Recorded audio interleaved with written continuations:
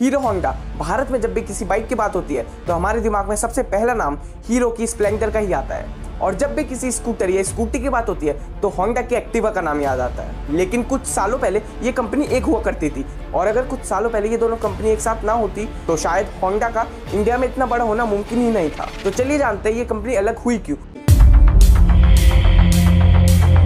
Hero की शुरुआत 1956 में ब्रजमोहन मुंजाल ने करी थी। तब वो इंडिया में साइकिल बनाया करते थे। धीरे धीरे इनकी ये कंपनी साइकिल के मामले में इंडिया की सबसे बड़ी कंपनी बन गई। 1975 तक इन्होंने इंडिया में अपना बिजनेस बहुत अच्छा सेटअप कर लिया था, पर फिर हीरो ने अपनी साइकिल को ग्लोबली भी बेचना शुरू किया, और फिर 1986 तक हीरो कंपनी पूरी दुनिया की सबसे बड़ी साइकिल कंपनीज में से एक मानी जाने लगी। लेकिन इंटरनेशनल मार्केट में बिजनेस करते करते ब्रजमोहन मुंजाल को यह समझ आ गया कि सिर्फ साइकिल से बात नहीं बनेगी, उसमें इतना पैसा नहीं है। और उन्हें यह भी पता चला कि विदेशों में बाइक बहुत चलती है और भारत में सिर्फ स्कूटर और बिक्की। तो उन्होंने इस गैप को फिल करने के लिए भारत में बाइक लॉन्च करने का सोचा, लेकिन उनके पास बाइक का इंजन बनाने की टेक्नोलॉजी नहीं थी। तो उन्होंने जापान की सबसे बड़ी मोटरसाइकिल कंपनी होंडा को पार्टनरशिप करने का ऑफर भेजा। तो उस समय कोई भी कंपनी भारत में आकर बिजनेस नहीं कर सकती थी, बट हाँ, किसी के साथ पार्टनरशिप में जरूर कर सकती थी। तो होंडा ने हीरो को ऑफर एक्सेप्ट करते हुए भारत के मार्केट में कदम रखा। फिर हीरो और होंडा के बीच में एक कॉन्ट्रैक्ट साइन हुआ कि हीरो सिर्फ बाइक की बॉडी बनाएगा और होंडा बाइक का इंजन, और दोनों ने एक एनओसी भी साइन करी कि कोई भी कंपनी अपनी कंपनी का पर्सनल प्रोडक्ट लॉन्च नहीं करेगी। और इस कंडीशन को मानकर दोनों ने मिलकर लॉन्च करी हीरो होंडा। फिर इन्होंने हरियाणा में अपनी पहली फैक्ट्री खोली और 1985 में लॉन्च करी CD100। और इसके आते ही भारत में इसकी पॉपुलैरिटी बहुत ज्यादा बढ़ी, क्योंकि भारत के मार्केट के लिए एक नई चीज थी। और सिर्फ इतना ही नहीं, इसका जो माइलेज था वो बाकी स्कूटर से भी काफी अच्छा था। दूसरा, ये बाइक उन्होंने मिडिल क्लास के बजट में बनाई थी। जो प्राइस उस समय स्कूटर का था, उस प्राइस में लोगों को एक स्टाइलिश प्रोडक्ट यूज करने का मौका मिल रहा था। और इस कंपनी की टैगलाइन थी feel it, shut it, forget it. और इस लाइन ने मिडिल क्लास को अपनी तरफ खूब भाया।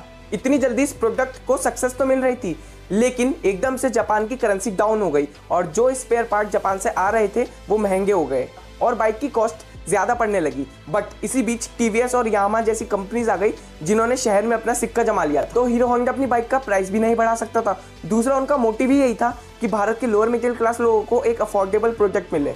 तो हीरो होंडा ने कुछ सालों तक लॉस झेलने का फैसला लिया, बट 1990 में डॉलर का प्राइस फिर रेगुलेट हुआ और हीरो होंडा कंपनी दोबारा प्रॉफिट में आ गई।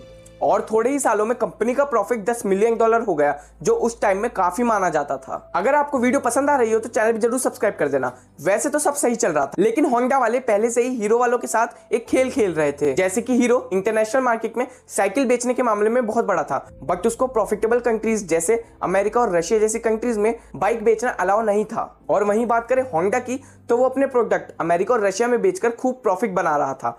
लेकिन हीरो होंडा के जो कॉमन प्रोडक्ट थे उनको सिर्फ नेपाल, भूटान और बांग्लादेश जैसी जगहों पे बेचा जा सकता था, जो काफी प्रॉफिटेबल नहीं था। धीरे धीरे होंडा कंपनी तो बहुत आगे बढ़ रही थी, बट हीरो कंपनी को कोई प्रॉफिट नहीं हो रहा था। और इन सब परेशानियों के चलते हीरो ने होंडा से अलग होने का फैसला लिया।